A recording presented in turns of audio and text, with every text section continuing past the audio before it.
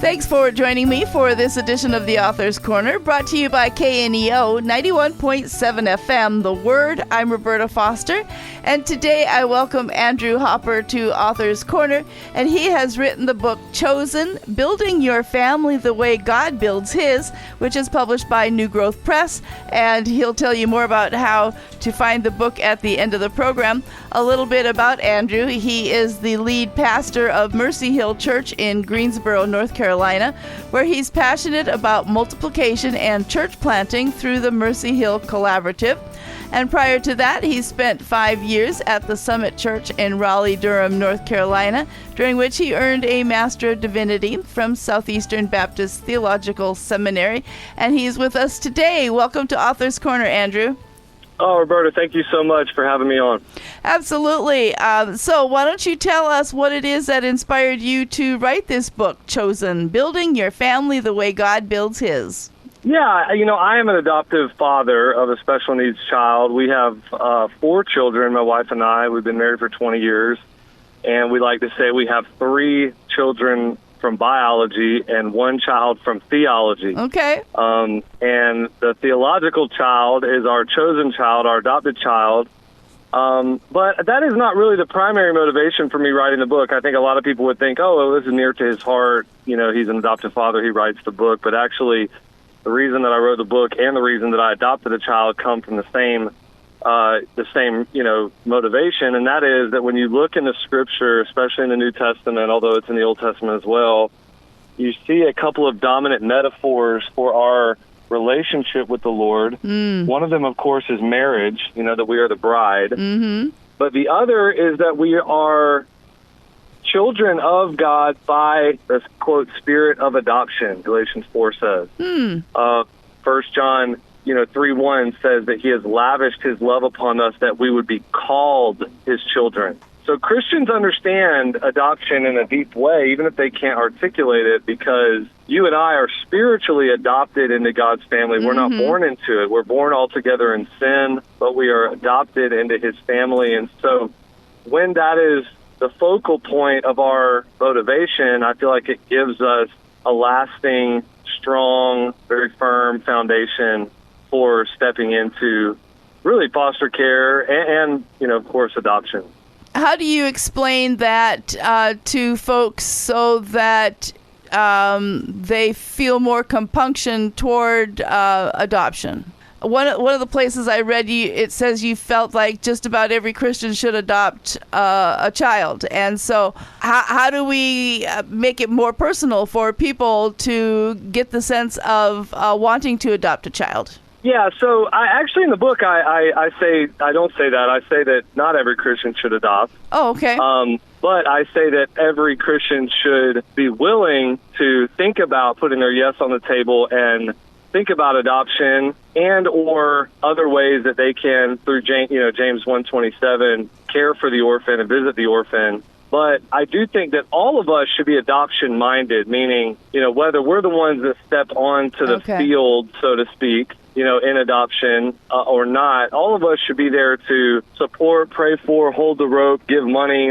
And the reason is because we see such a motivation in that God adopted us into his family. We should adopt others. We say a lot around our church, chosen people choose people, and adopted people adopt people, right? And so there's a reason why Barna Research says that Christians are twice as likely to adopt as any other sociological grouping. Okay. I think that if you were to extend that idea to who is the group of people that will adopt kids, even though they already have biological kids, like my family did, I don't think that's 2-to-1 Christians. I bet it's 100-to-1 Christians. And the reason is because we understand what God has done for us. And so, one of the things I try to bring out in the book is there's a lot of motivations for people to step into adoption, foster care, guardian ad litem, certainly holding the rope for those who do, giving money to this ministry. But one of them is more lasting than the others. I mentioned in the book, cute pictures, sad stories, and even gut-wrenching statistics are not going to give us, the lasting motivation. Those things are going to last for a little while. But as a special needs adoptive father, I can tell you when you're on the way to the hospital again, when there's issues in the home again. Cute pictures, sad stories, and even gut-wrenching statistics are really not strong enough to continue to keep the fire hot. Instead, I think we're going to need to look at what did God do for us, and really that's in some ways I think the motivation for all of the Christian life. And so when I'm speaking to individual believers, I'm very quick to say, hey, this is not a guilt pressure thing. Not everybody's called to adopt, but everybody should be adoption minded. Mm-hmm. And for some, when you think about Ephesians 2:10, that there are works that God has put before us that we would walk in them. For many believers, and this steps right into the history of 2,000 years of Christianity, one of those great works that we can step into is adopting kids into Christian families, and understand that, that kid gets adopted into a Christian family, they're going to have every opportunity to get saved and be discipled. Most people in our country, they get saved when they're young. I mean, that's not everybody, and that's not what we're after, older people as well. But most people get saved when they're young. People come to the King's table at their kitchen table most of the time. It's a family thing. And so when we adopt kids into our family, we're giving them such an opportunity to hear the gospel and to grow up in the faith. That's exciting. Very exciting. We're going to learn more about the fact that we are chosen, and that this book is called Chosen, Building Your Family the Way God Builds His, published by New Growth Press and written by Andrew Hopper.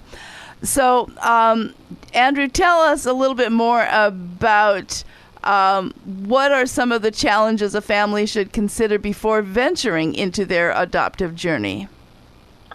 Oh, that's a great question. I think that the first thing is that I think most people are scared away because of the financial cost. Okay. And it's a real thing. I think that the domestic adoption now ranges $20,000, $30,000. And yes, there are tax credits for some of that, but a lot of that is going to come out of pocket. One of the things that I try to really help families, and just anecdotally, this is true, I have never seen a Christian family's adoption go unfunded by the community of believers around them. I'm not saying it's never happened. I am saying I've never seen it. Okay. So, I think that right on the front of it, I think that Christian families hopefully will have some of those fears relieved by understanding, man, when people find out what kind of mission we're stepping into, God's people rally. Okay. At our church, for example, we do roughly 25%. There is a cap, but we do 25%. When a Christian family from our church steps forward to adopt, our church is going to pay the first 25% of their adoption. Wow. In order to encourage families not to be afraid of the financial cost. And so that's one thing I would tell families. Another thing I would tell them is, a lot of families don't want to step into adoption because they're worried about the toll it's going to take on their biological children that they already have in the home. Okay. And, I think that one of the things that people need to hear is when you bring a child in through foster care or adoption, it absolutely will take a toll on the kids that are in the home. If you're worried about that, you don't need to worry about it. It's a foregone conclusion. Okay. It will be hard for them. But at the same time, that does not mean that it's not also going to put something in them that is far deeper and richer than what it's taken away. I think about this in our family. In our family, my youngest child that came through adoption has taken more of my wife's time and energy than all three of my biological children combined. Okay. That's a fact. There's no getting around it. And yet, I would say that Faith Ann being in our home has been one of the incredible discipleship tools that God has used in order to deepen our kids and help them understand not only their faith, but the mission in a different way. And so, we have to believe that God's going to restore the years the locusts have eaten. Okay. And that if he's calling us to this, he's going to sustain us through it. Amen. Okay, so you talked about coming alongside and helping those that are adopting, and you tell us about the rope holder model that you use at Mercy Hill Church. Tell us more about what that is and how that helps adoptive families. Yeah, so the idea of holding the rope comes from a missionary story, a very famous missionary story between a guy named William Carey and Andrew Fuller. William Carey, the father of modern missions, looked at his friend Andrew Fuller and basically said, I'll dangle at the bottom of the pit from a rope, meaning I'll go overseas to an unreached land, if you, on the other side, will hold the rope. Yeah. And it's a really beautiful story of Andrew Fuller kind of holding the rope, so to speak, from the other side of the world, where he was raising money, he was praying, he was creating mission boards, he was, doing all the support work that he could for his friend. And we take that very, same idea and we say, hey, we want to hold the rope for our families that are stepping forward to adopt. And so adoptive families and foster families at Mercy Hill are going to have people in their corner through their community group, or if they don't, if that's not someone in their group's going to step forward, there are other people that have kind of signed up to say, man, we want to be the ones. And the idea is they're going to have people that support them in different ways. Some of the support is going to come through financial help. Some of the support might come through keeping our other children while we have to do court dates because of this foster care situation. Some of the help might come through, hey, we're going to have to be overseas for a month, to pick up this child that is coming through international adoption. And so we're going to need help around our house for that month.